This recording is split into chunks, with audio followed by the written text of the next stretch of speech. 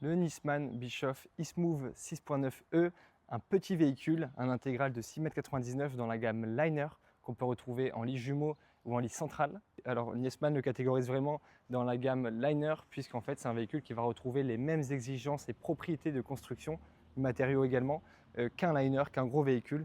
Donc c'est des parois sandwich, c'est pas de bois dans la construction, pas de pont thermique. En fait, on va retrouver vraiment les mêmes matériaux, les mêmes exigences à quelques différences près qu'un gros liner. Donc des gens qui ont une envie de petits véhicules en liner, qui ont une envie d'un petit véhicule, mais avec la qualité d'un gros bébé, et bah, c'est le véhicule idéal. Et c'est un des véhicules dit aussi par les magazines, par la presse, dans le camping-car ou dans le loisir, un des véhicules les plus intelligents sur le marché. Et je vais vous montrer tout de suite, vous allez le découvrir, pourquoi il est autant intriguant et convoité, puisque c'est un véhicule qu'on a du mal à voir. Une petite année, on en avait reçu un qu'on avait vendu au bout de 2 jours, donc j'avais même pas eu le temps de le filmer. Et après, souvent, c'est des véhicules. C'est de là les deux e-Smooth qu'on a. Donc, ce qui est bien, c'est qu'on en a deux. Je vais pouvoir vous montrer des comparatifs d'options, de choix, d'ambiance, de coloris. C'est des deux véhicules qui sont vendus. C'est des commandes du Bourget de septembre 2025. Souvent, c'est des véhicules que je vends au Bourget, puisque c'est la seule possibilité de les voir dans l'année. Donc comme d'habitude, on va faire une petite entrevue de l'aspect extérieur et de la configuration extérieure. J'y passerai plus rapidement parce que le plus intéressant reste quand même la partie intérieure. C'est là où on va vraiment retrouver toutes les innovations, toute l'implantation, comment en 6,99 m on arrive à retrouver notre confort. Mais je vais quand même passer rapidement par l'extérieur. Déjà là, on a deux e-Smooth 6.9, donc c'est-à-dire qu'il est en 6,99 m. Et quand on est sur le 6.9, on est sur des lits jumeaux. Quand on passe sur le 7 m, quand on passe sur du lit central, on est sur le 7.3 qui est un véhicule un petit peu plus long puisqu'on est au-delà de 7,20 m. Donc vous voyez, ça vous permet de voir un petit peu la différence quand on prend l'autocollant Carbon Max et Carbone Optique ou quand on laisse le véhicule de série. Donc voilà, ça vous donne une petite idée du rendu en vrai. C'est vrai que moi j'ai un petit penchant pour le Carbone Optique Carbone Max qui donne un véhicule un peu plus sportif. Mais franchement, c'est pas dérangeant, surtout quand il est en petit véhicule, quand on est sur la gamme e-Smooth qui est plus compacte, et bah, c'est moins dérangeant que sur l'Arto ou le Flair de ne pas avoir de stickage. Là, franchement, je trouve que même de série, il est très joli. Vous remarquerez que les deux véhicules sont en jante alu, donc cette série, de série, on va avoir la boîte automatique 140 chevaux avec les jantes alu. Donc, rapidement pour l'extérieur, les deux clients ont fait le choix des tiroirs à côté de la porte. On peut également en avoir un de l'autre côté, sous réserve de ne pas prendre d'autres options, je vous les expliquerai. Donc voilà. On va retrouver ensuite le compartiment à bouteille de gaz. On peut également avoir de l'autre côté une cuve GPL à un endroit qui peut être du rangement ou rien du tout si on ne prend pas. Et pour la partie soute, on retrouve une belle soute. Juste ici, la douchette extérieure, les rails d'arrimage en haut et en bas de série. Voilà ce qu'il y en est pour la face arrière du véhicule. Donc ici, comme c'est de série, c'est chromé. Et là-bas, le client qui a pris la calandre noir mat, on retrouve ici cette partie qui est également en noir mat à l'arrière. Après, ça va être identique pour l'un comme l'autre en termes de feu, etc. Ici, la caméra de recul. Donc un petit peu comme on peut retrouver chez Mercedes-Benz, chez Volkswagen.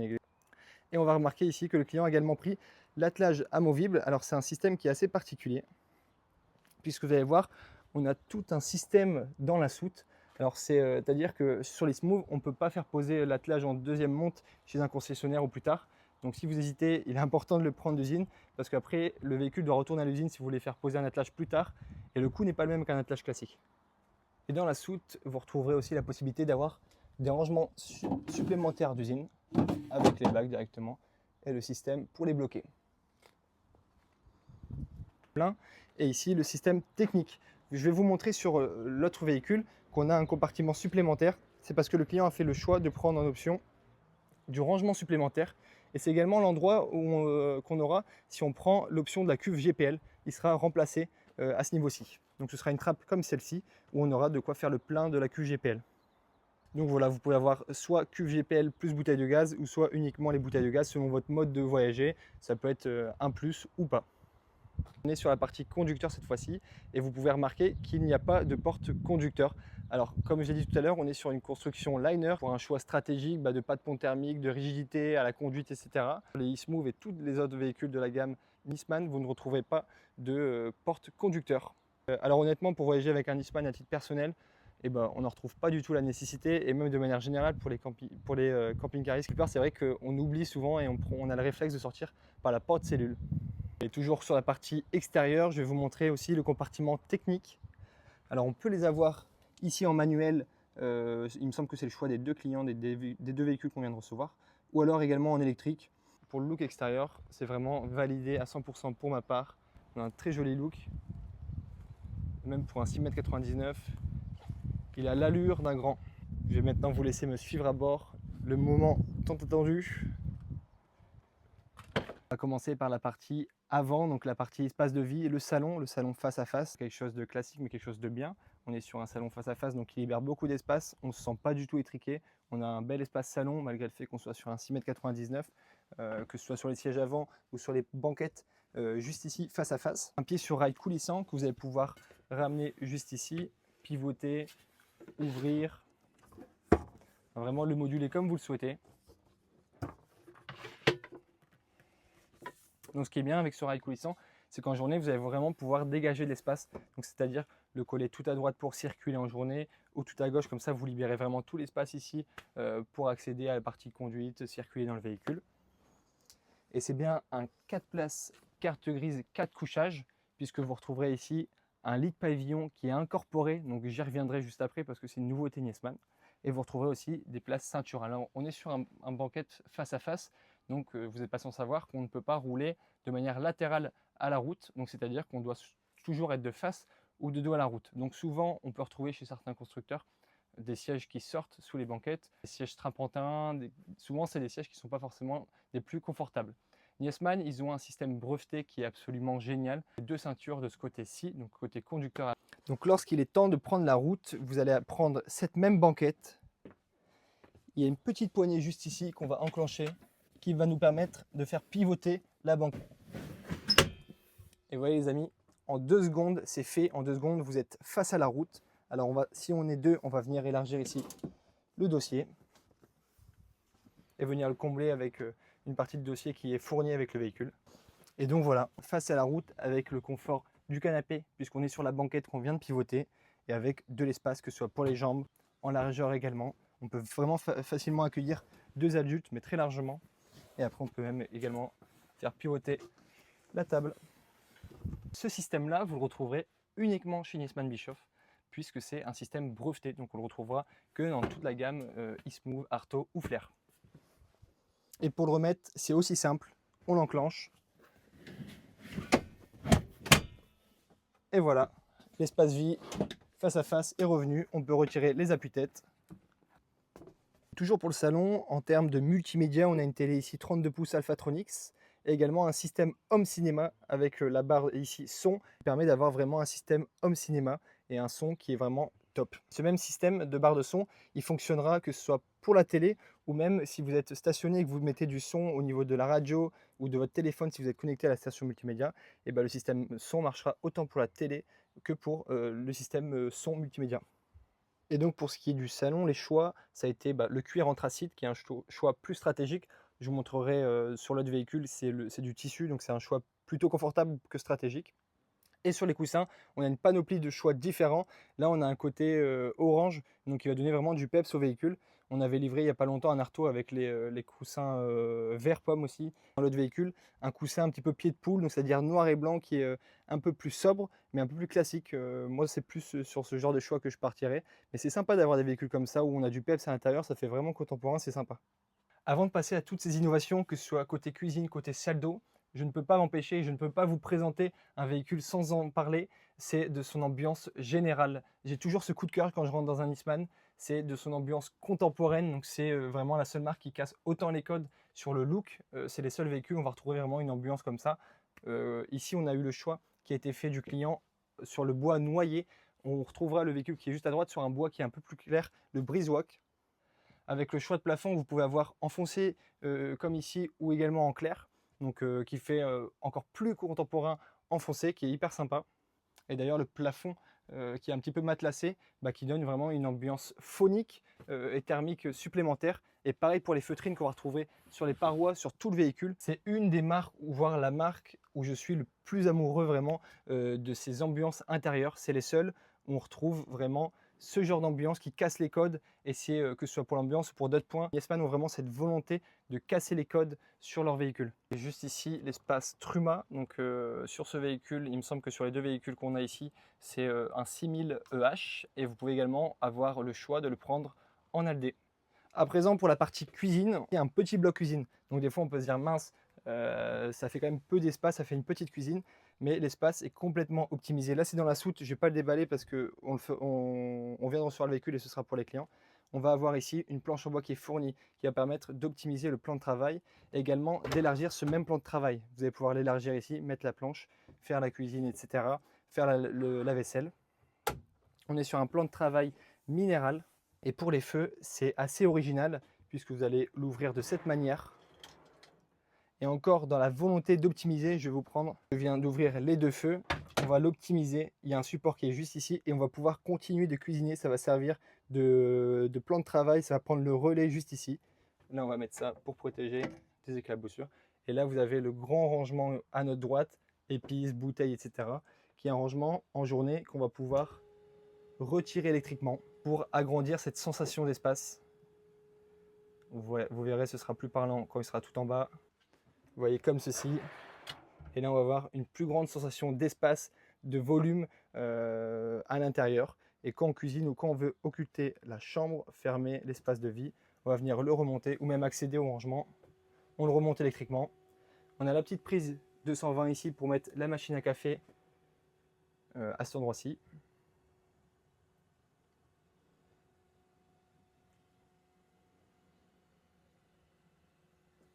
Et à ce moment-là, on peut également fermer la chambre, comme ceci. Pour ce qui est de la cuisine, vous voyez déjà là, c'est assez rare de voir ce genre de système dans la cuisine d'un camping-car. Mais ce n'est pas fini. Ici, on va avoir du rangement, donc ça c'est plutôt classique. Mais juste en dessous se cache un frigo original, puisque oui, le frigo est bien dans les rangements. C'est un tiroir à compression. Alors au début, je me disais, bah mince, c'est vrai qu'on n'a pas beaucoup d'espace. Finalement, on a autant de litrage, voire plus. Il faudrait que je vous redise exactement le nombre de litrages qu'on a pour ce véhicule. Et donc on est du coup bien évidemment sur un frigo à compression. Donc c'est un tiroir à compression. Et en fait, c'est un petit peu dans le genre cuisine professionnelle. Donc on a les bacs ici de rangement, de quoi mettre les bouteilles. Juste ici, les différents bacs plastiques qui étaient avant à l'époque en inox, il me semble, mais qu'ils ont retiré pour un gain de poids. Et donc, vous voyez, vous allez pouvoir trier ou l'organiser comme vous le souhaitez. C'est vraiment un très grand tiroir à compression. Et on a également une partie congélation. Juste ici, un tiroir à congélation complet. Et pour ceux qui sont venus nous voir au Bourget, vous savez à quel point ce frigo marche, à quel point c'est impressionnant quand on l'ouvre et qu'on retrouve la fraîcheur. Comme beaucoup de frigos à compression, j'ai l'impression que la sensation est décuplée sur ce tiroir. Et là, encore une fois, du rangement. Un rangement grand, profond, que vous allez pouvoir aménager comme vous le souhaitez en retirant les séparations ou pas. Du choix de cuisine, vous savez, comme j'avais pu vous l'expliquer pour ceux qui nous suivent, dans les choix de cuisine, souvent on prend nous le bois foncé et on vient casser un petit peu le bois en prenant ici la partie blanche. Là, le client ne l'a pas fait, j'avais peur du résultat. Et bah, finalement, cette configuration, je la trouve tout aussi chic qu'en blanc, voire même un petit peu plus chaleureuse, c'est différent.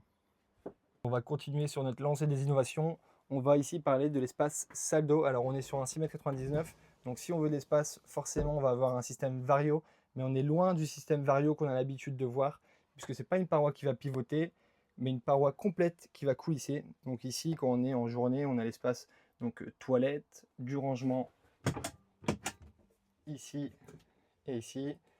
Cet effet béton ciré très contemporain, très joli, c'est très sympa, c'est vraiment très moderne, dans l'air du temps.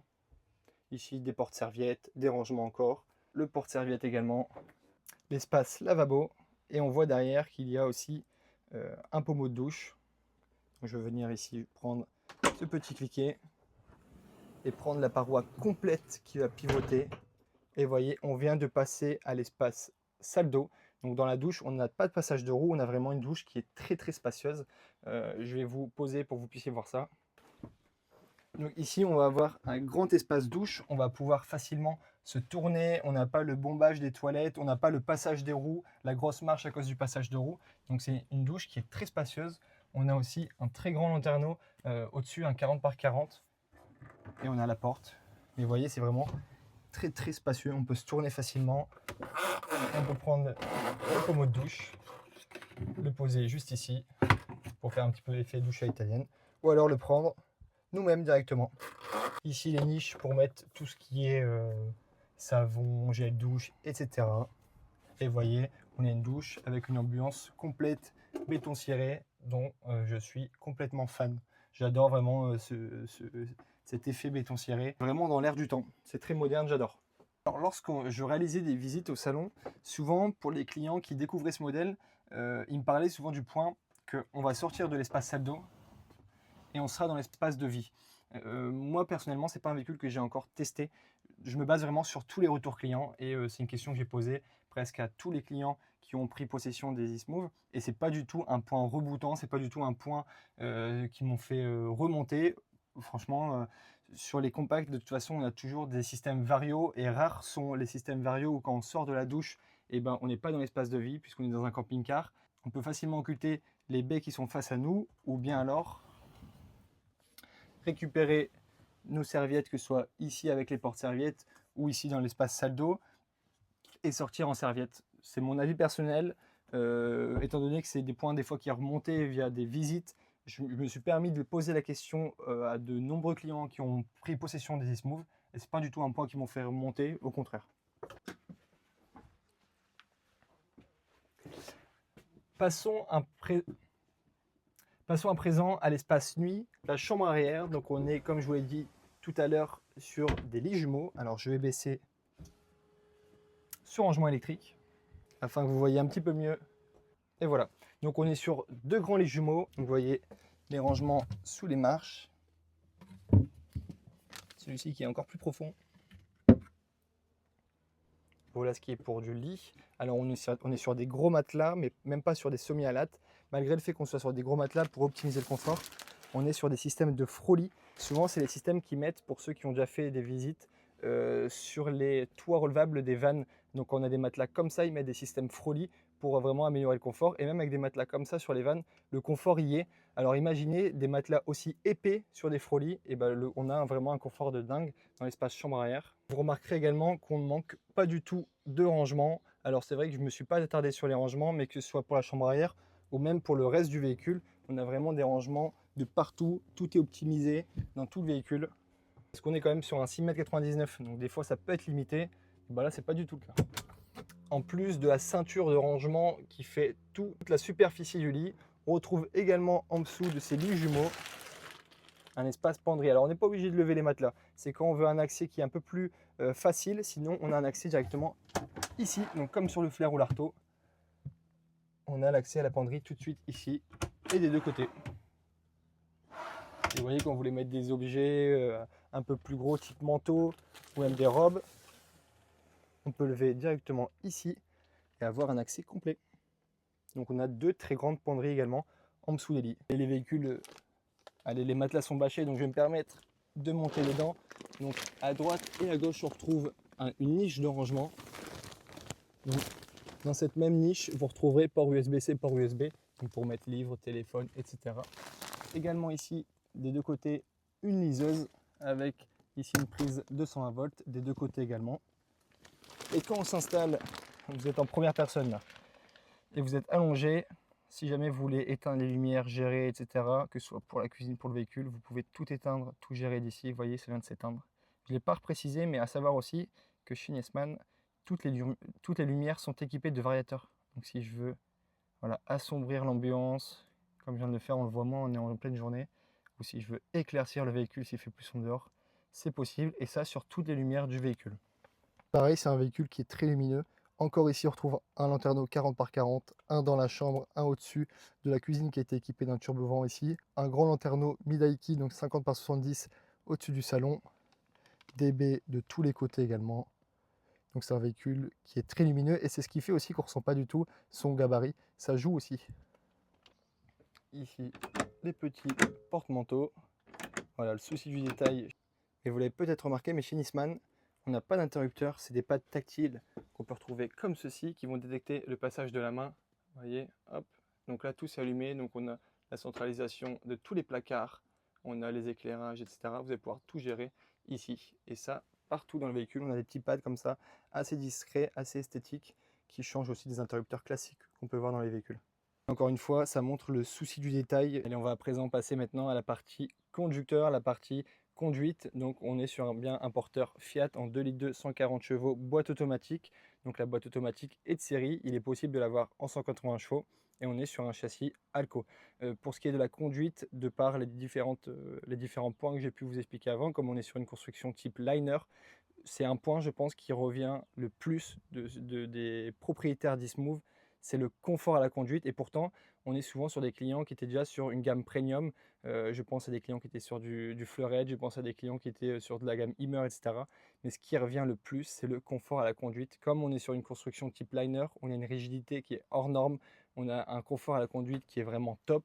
Je pense sincèrement que c'est le point qui revient le plus de par les propriétaires Niesman, e-Smooth, pardon, c'est vraiment le confort à la conduite et la facilité déconcertante à rouler ce véhicule.